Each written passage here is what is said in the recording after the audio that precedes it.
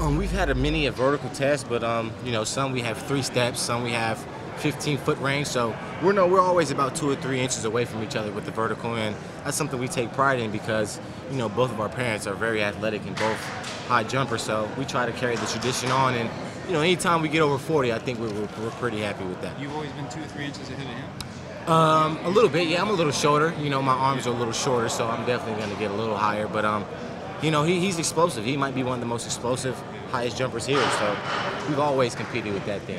You said he got a 47 at USA. Yeah. Yeah, 41. I got a 46 at ASU. I got a 43 here. So you never know. Well, is it different here? Were you tired after going through the workout? Yeah, definitely tired.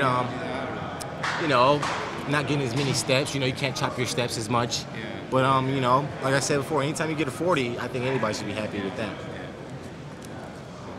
Yeah, I'm just curious. You look at the NBA game now, 3-point shots and a lot of dribble drives. What are your thoughts on the mid-range game? Do you think it's maybe de-emphasized a little bit? Do you think it's the last step for a point guard to really master?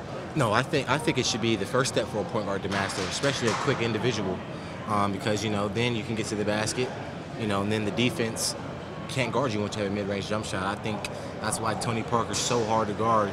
He mastered the mid-range jump shot and going to the basket, so he's dominant. He's dominant in the game. Sometimes the Heat put LeBron on him because he's so dominant, because he can hit the mid-range jump shot and get to the basket. So I definitely been working on it. It's a huge emphasis. It's one of the main focuses that I'm doing.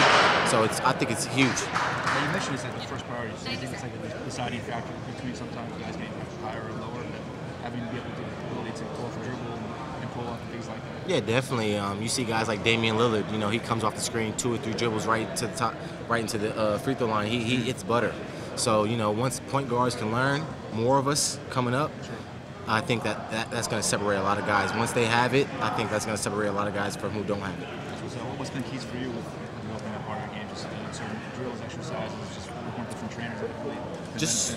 Just going game speed going game speed, pushing as fast as I can, stopping on the dime. Guys working on screens, they're going under right on the dime. Just working on game speed shots. Anything game speed is great because in the game it's going to be game speed. Where are you working out? I'm down in Westwood, LA. We're working at St. Monica High School. Any other prospects there with you? Yeah, I'm working out with Marcus Smart, Joel Embiid, Jeremy Grant, Kyle Anderson, and Derek Marble. Obviously, you talked a little bit about the things that you're working on. What do you feel like you can bring to an NBA team right away? I think my competitive spirit, my quickness, and my ability to score in transition and get others shots in transition, and just the way that I'd like to control the pace. I like to organize the game. I like to control the pace, and both on the offense and defensive end. So I think those 3 things will definitely help me and stand out. Off the floor, where do you see yourself fitting in the NBA, kind of in the locker room? I'm definitely a guy who's very sociable. Who likes to take advice and go along with it. I'm a young guy, so I don't know everything, but I'm a sponge. I'm a human sponge, and I'll soak up a lot of information, and I'm willing to learn. So I don't think there'll be any problems with me in the locker room. I think I'll be a joy to have around, and a guy who likes to learn. So guys who like to learn, guys like to teach them. How've the last 2 days gone for you?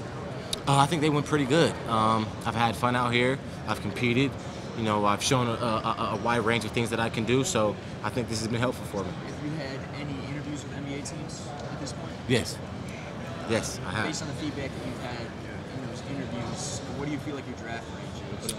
I really don't know. A lot of people tell me 20 to 40 because of the range, and with my athleticism, people say, first round, second round, but it's all about what the workouts and what I continue to do and how I continue to play.